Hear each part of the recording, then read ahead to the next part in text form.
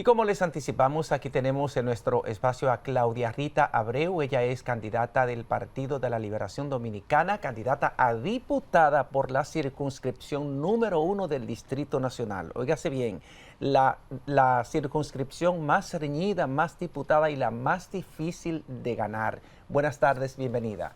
Gracias por invitarme aquí esta tarde.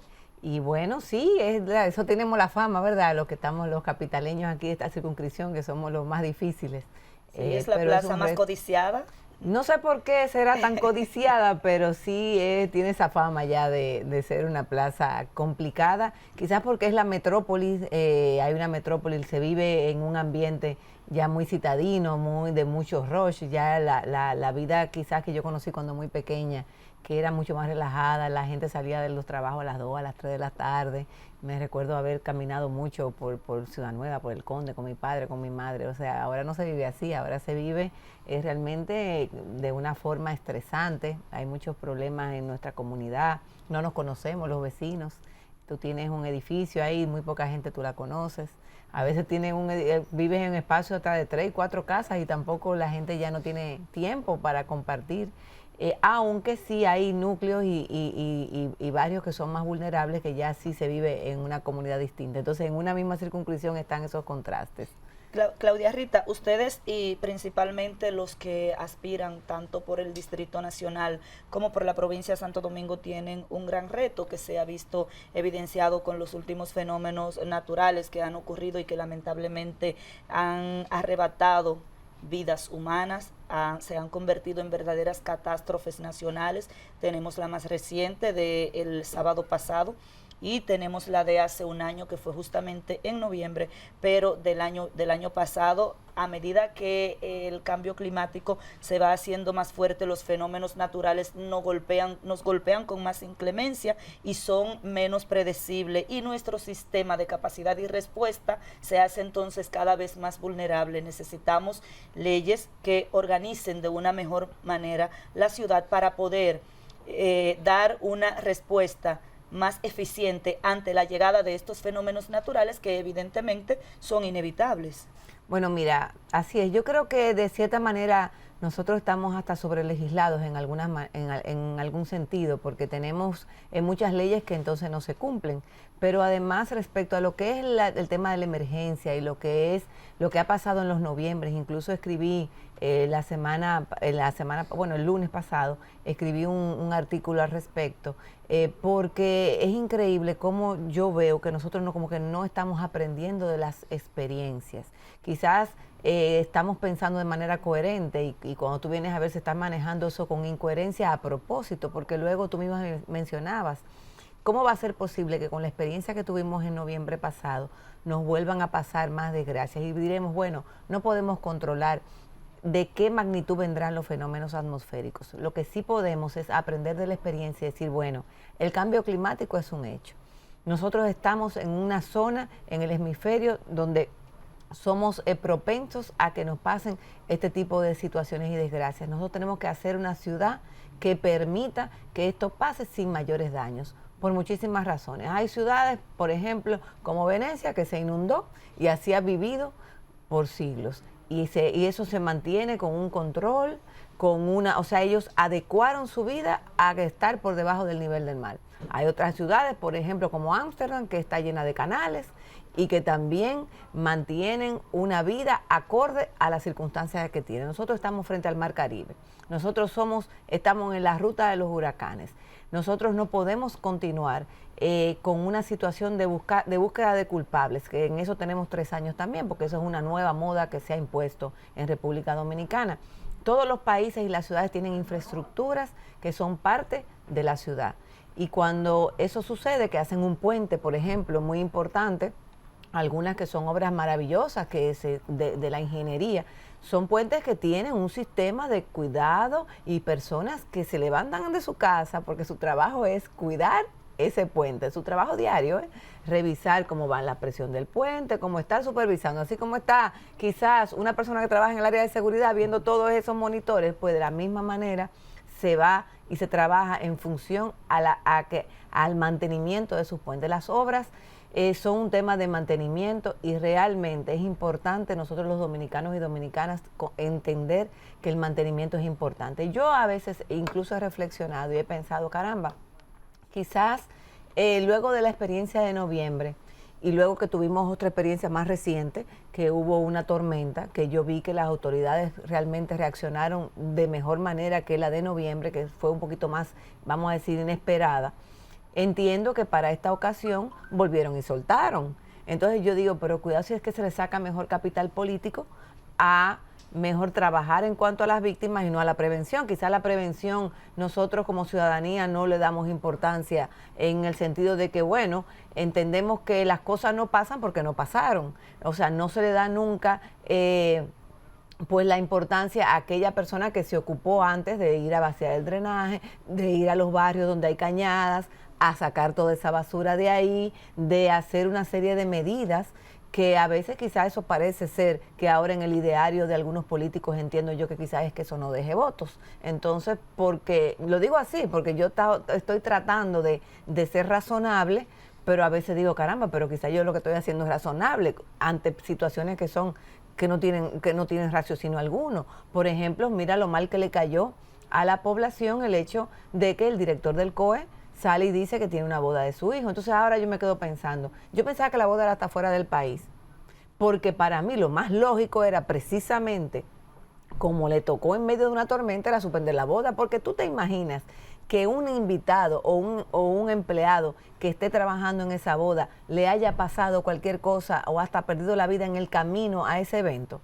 Incluso entonces yo hasta sospecho, digo, pero ven acá, cuidado si era porque la boda estaba en pie, que no se declaró esta capital en alerta roja, porque hasta eso uno se pone sospechoso, porque que no tiene sentido, son costumbres, busca sentido y sentido. Y mira, yo llamé al COE como a eso de las 2 de la tarde, 1 y pico de la tarde, para preguntar si era ciertamente que no, porque yo veía la calle inundándose, incluso había un concierto, mis hermanas y yo íbamos por un concierto.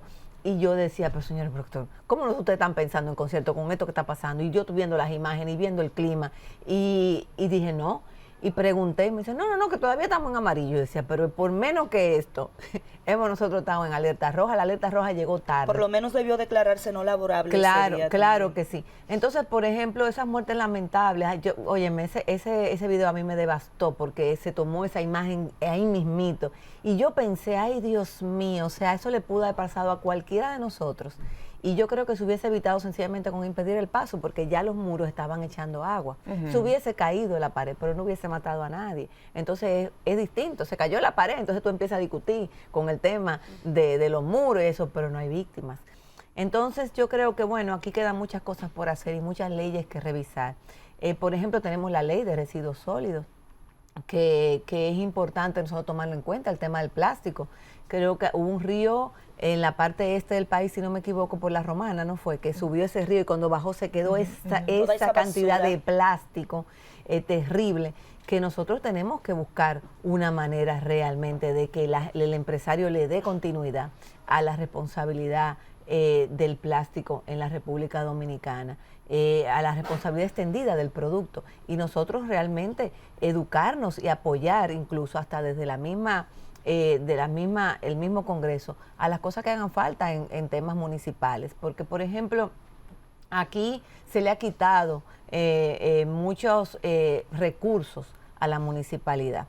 Y eso entiendo yo que se va notando y no lo queremos aceptar así porque estamos centralizándolo todo. Hoy día, por ejemplo, el Ministerio de Hacienda tiene todo como más acaparado y no hay descentralización. Y eso también no ayuda a los gobiernos locales Claudia, a hacer una serie de me gustaría intervenir trabajo. ahí. ¿Cómo que se le está quitando recursos a la municipalidad? Si una de las principales críticas precisamente al presidente Luis Abinader es que dicen que él ha aupado a los directores municipales y a los alcaldes con cierta cantidad de recursos que les ha entregado, porque sabemos que el presidente Luis Abinader le ha dado un apoyo especial a los alcaldes y a los directores de juntas municipales, y dicen que a raíz de eso muchos han migrado de su partido al partido oficialista. Son dos cosas distintas. Por ejemplo, mira, realmente el presupuesto nacional probablemente no da para cumplir con lo que se le debe de entregar a las al tema municipal. Y eso, de alguna manera, se ha convertido como una ayuda a discreción. Entonces, cuando tú haces esa ayuda a discreción, entonces evidentemente tú, como municipalista, para tú poder ejercer tu trabajo, pues tú necesitas recursos. Y si tú apoyas al presidente, el presidente de alguna manera aprueba que a ti te den más recursos. Entonces ahí hay un juego que se ha convertido en un tema bastante penoso, porque de alguna manera eso podría catalogarse como violencia económica. Es una acción politiquera, entonces. Es una acción que yo la catalogo como violencia económica, y no solamente pasa en ese sentido, pasa en muchísimos otros. O sea, cuando, por ejemplo, cuando las candidaturas aquí en República Dominicana son tan caras llevarlas, es un tema de violencia económica también, Claro. porque tú le estás diciendo al país que solamente personas que estén dispuestas a gastarse 20, 25 millones de pesos van a llegar al Congreso. Eso es muy poco. Y eso es algo, Eso ya es muy usted ve. poco. Y eso es 50 algo que yo y lo digo 100. abiertamente, aún siendo candidata, porque a mí me interesa mucho que la ciudadanía se involucre en el proceso, porque yo sé que el ciudadano o la ciudadana que nos está viendo puede fácilmente pararse e ir a votar. Y es importante que vayan y voten por aquellas personas a las cuales se sientan representadas, porque de lo contrario, aquí se están dando las condiciones para que sea aquella persona que pueda movilizar a partir de recursos que son exagerados, que va entonces a ocupar un espacio. Y ese espacio luego no le damos importancia, porque a veces nada más somos presidencialistas, entendemos que el gobierno central es lo que importa, entonces ahora pasan los préstamos sin necesidad, porque no se sabe para qué se está usando, o el Código Penal no se termina, o por ejemplo yo que apoyo el tema de las 3 causales nunca pasa, no existe ese compromiso. Entonces tú dices, bueno, pero ¿por quién es que estamos votando? ¿Qué es lo que estamos nosotros permitiendo quizás por no ponerle atención? Si tú logras ser diputada por la circunscripción número 1, ¿retomarías ese tema, el tema de las 3 causales, para que sea despenalizado el aborto en esas 3 causales? Claro que sí, entiendo que es importantísimo, porque da pena que no tengamos un código penal precisamente parado por esa circunstancia, cuando realmente lo necesitamos. Es un tema opcional, que es lo que yo le explico a mucha gente. O sea, yo entiendo que por convicciones personales o religiosas tú optes por llegar al final de un embarazo bajo cualquier circunstancia o hasta perder la vida, pero es una opción, y el derecho a elegir es importante. Y también aquí hay una realidad muy grande y muy fea de demasiadas niñas que son víctimas de incesto, que a veces la gente lo ve de lejos y no sabe lo duro que es, por ejemplo, para una niña que está en su casa y durmiendo de noche, lo que hace es eso, se le convierte en un infierno, porque es una persona, ya sea parte de su seno familiar o un vecino cercano, que abusa de ellas y que incluso no desconocen que tienen derechos. Entonces, son muchas cosas que yo considero que hacen daño a este país. Y, por ejemplo, también hay mucho tema que yo lo veo como algo que es incoherente entre la población. Por ejemplo, las personas que quieren emigrar. Fíjate que según el último Latino Barómetro, más del 60% de la juventud incluso quiere emigrar del país. Y tú dices, pero tú quieres emigrar a países que son desarrollados, y ahí, por ejemplo, no tienen esa situación del problema en contra de la interrupción del embarazo. Son sociedades que han podido avanzar. Entonces, ¿esa sociedad está condenada por eso? No son sociedades condenadas. ¿Y por qué nosotros tenemos que condenar la nuestra a una sola creencia? Entonces, eso incluso es algo que a mí me apena mucho, porque nosotros somos un país en vía de desarrollo, y sociedades que son muchísimo más conservadoras que la nuestra, estados totalitaristas, como estados, por ejemplo, musulmanes, permiten las 3 causales. Y a veces yo he oído gente hablando de Israel, pero en Israel también se permite. Incluso tú vas a un consejo médico, y el consejo médico te toma la decisión, y en más del 90% de los casos decide a favor de la demanda de la mujer. Pero además entiendo también que nuestra circunscripción, que es una circunscripción pujante, una circunscripción que necesita de personas que tengan cada vez más oportunidades de emprender, de abrir un negocio, de expandirse. No podemos seguir con este sistema de pago de impuestos, de reporte mensual. porque no solamente es reporte mensual, sino también de medidas igualitarias para personas que tienen tipos de negocios distintos. ¿En qué sentido? Bueno, por ejemplo, quizás para una empresa que trabaje del contado, como un supermercado, como un restaurante, hacer un reporte mensual no se le hace tan complicado porque es como lo comido por lo servido, ¿verdad? Lo pagado, lo sirve. Pero quien trabaja área de servicio, quien trabaja espacios como este de telecomunicaciones, espacios que tienen que ver con la economía naranja, multimedia, gente que da asesoría, necesitan tener una flexibilidad, que se le pueda reportar la factura de manera trimestral y que además de eso, tú sabes que muchas empresas que te contratan tienen una política de pago a 90 y 120 días, sin embargo, inmediatamente tú generas tu factura, pues ya eso se está creando en la DGI, te está creando una mora por un impuesto, por un dinero que tú no has recibido. No es que tú estés evadiendo, sino que tú además del anticipo tienes que pagar un impuesto fácilmente de una factura que tú ni sabes cuándo la vas a cobrar. Y eso impide mucho el emprendimiento. Eso hace también que de manera circunstancial el Estado siga siendo el mayor empleador, porque muchísimos empleados y empleadas del Estado, no todos ocupan puestos de dirección, muchísimos quisieran emprender un negocio y no estar ahí todo el tiempo nervioso a ver qué jefe nuevo le va a tocar y qué va a pasar con su destino.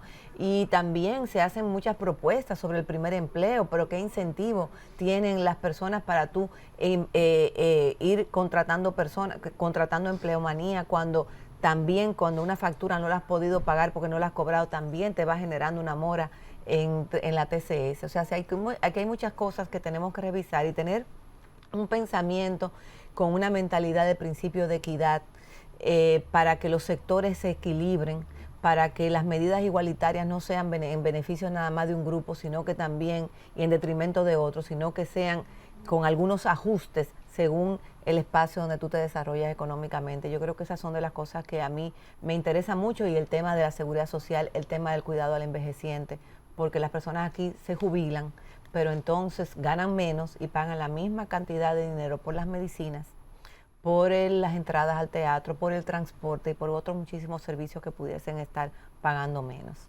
Claudia Rita, muy fluido y muy interesante este diálogo contigo. Sin embargo, el tiempo en televisión pasa bastante rápido y tenemos que llegar al final no tan solo de esta entrevista, sino al programa del día de hoy. No sin antes dejarte abierta la invitación. Este programa es tuyo para cuando quieras volver. Ahí están nuestras cámaras, están nuestros micrófonos. Ya eres de la casa. Muchas gracias, me queda cerca, así que de un pronto. A ustedes muchas gracias y nos vemos la semana próxima. Gracias por su sintonía.